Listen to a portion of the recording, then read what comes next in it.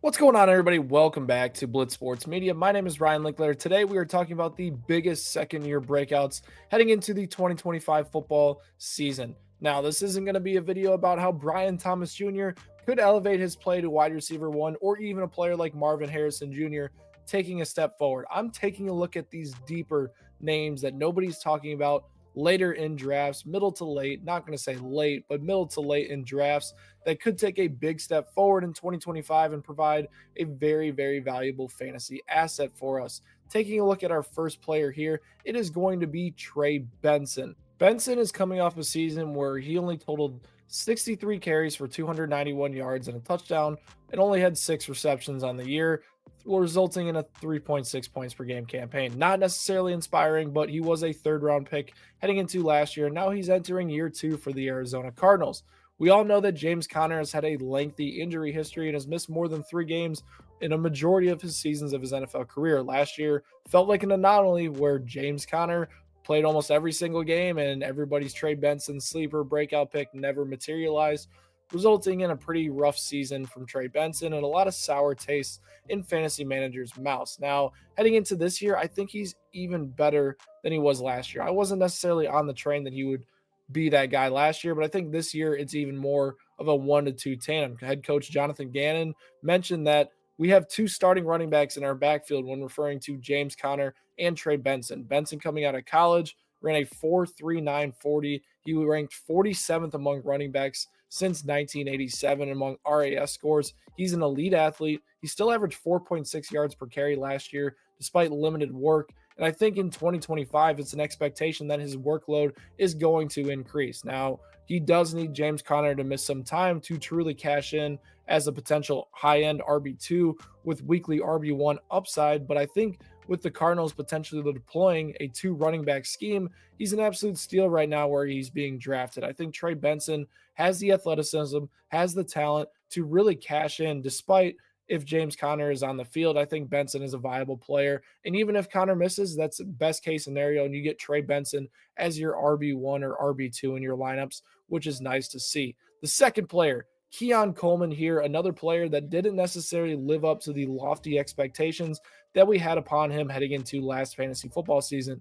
Finished with 29 catches for 556 yards and 4 touchdowns, resulting in 8.6 points per game. Now, not necessarily the most significant stat line we saw from Coleman last year, but in the middle of the season, he really started to break out. He had a 125-yard game, and during that, 2-week stretch before his wrist injury, was a very viable option in fantasy receiving. His plus 136 yards over expected in terms of receiving was third among receivers since 2018, only behind Jamar Chase and Justin Jefferson. Yeah, that's a pretty good company to be in, if you ask me. He also was 34th in fantasy points per target and then 8th in ADOT, which suggests he is in for a bigger workload and more production in 2025. Now, the wrist injury is what really killed his season. It killed all the momentum he started to build up in the middle of the year, and he never became another viable option in fantasy lineups the rest of the year. Heading into 2025, he should be in for a better year. Amari Cooper is no longer there. They did go add Josh Palmer, Elijah Moore in this offense. Elijah Moore is going to be more in the slot competing with Khalil Shakir for snaps. And then you honestly on the outside is Josh Palmer. And then you have Mac Hollins, who is gone now, and he replaces him. It's Keon Coleman's outside receiver position to lose. And based on the guys they have in the room, Keon Coleman provides a different element to his game, and it's that deep threat ability. Now, his catch rate was at 50.9% last year. That's got to go up, and I think it will go up in 2025. That's a pretty low rate. He will get more volume. He will improve his catch rate, and it's going to lead to more production in fantasy football. He's being viewed as a player that you could just throw on your bench and forget about right now. I'm not going to go that far. I think in half PPR and non PPR formats, he's a legit flex option. And then in PPR formats, he's going to be a little bit more volatile. But I really think that Coleman can cash in as a more consistent option this year and be a starter in a lot of lineups throughout the year. Next player here is Drake Maye for the New England Patriots. Maye is a popular name right now among second-year breakouts, in large part due to what his team did in the offseason. They went out and get a receiver in Stephon Diggs. You go and add a running back like Travion Henderson in the backfield, and then you completely revamp this offensive line that was abysmal last year, and that's being nice about it. Drake Maye showcased his rookie abilities last year. He averaged 18.7 points per game in games that he actually finished, which is nice to see. Would have put him at QB 11.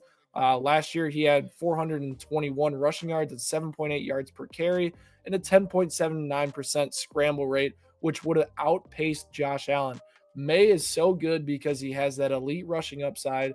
He is a very good passer. And in, coming out of college, right, we were all like, oh, maybe he's a baby Josh Allen and Justin Herbert combined. We saw that rushing ability last year. He still needs to develop as a passer a little bit more, and ball security is a big point of emphasis. But adding talent around him was imperative for this New England Patriots team. The defense is going to be better. They have playmakers on the offensive side of the ball, and Drake Maye is going to finish a lot higher than QB 24, which he did last year. The Patriots' commitment to him is going to pay off, and Drake Maye could be a very high value asset for your fantasy lineups this year. And he's not being drafted right now inside of the top 12 quarterbacks. So when you look at Maye, look at the rushing upside, the improvements for the New England Patriots, and that Drake Maye is here to stay.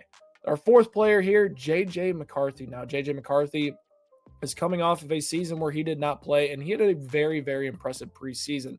JJ McCarthy was going to be the guy, and Sam Darnold was going to ride the bench. And we all know what happened with Sam Darnold. Put up a QB9 season in Kevin O'Connell's offense. And we've seen Kevin O'Connell carry quarterbacks with an average of 8 games or more during a season of 23 plus fantasy points, which is unbelievable production. Who's to tell me that JJ McCarthy coming out of college where he had a 72% completion percentage, and then he ranked top 12 in the FBS in terms of passing metrics and his accuracy and all that type of stuff. He is going to fit perfectly within this offense. And add on top of that, you have playmakers like Justin Jefferson, Jordan Addison, TJ Hawkinson, Aaron Jones Jr. They signed Jordan Mason. They went out and improved the interior offensive line. This offense is going to be very good this year. And people that think McCarthy is not going to be viable in fantasy football aren't necessarily looking at the right stuff. He also had a little bit of rushing upside in college as well. We'll see how it is off of a torn meniscus, but he does have the ability to run the ball. And we know that quarterbacks who get 350 plus rushing yards are more viable in fantasy football. And I think McCarthy will well be on track to hit that. He is going to be a top 12 quarterback this season, and I am willing to put my stamp on it that JJ McCarthy will be incredibly productive this year. Our final player, a popular name once again, Ricky Pearsall for the San Francisco 49ers. Pearsall is coming off of a little bit of a disappointing year, and it was a chaotic year for him. We all know the offseason, he got shot and wasn't necessarily ready to start the year.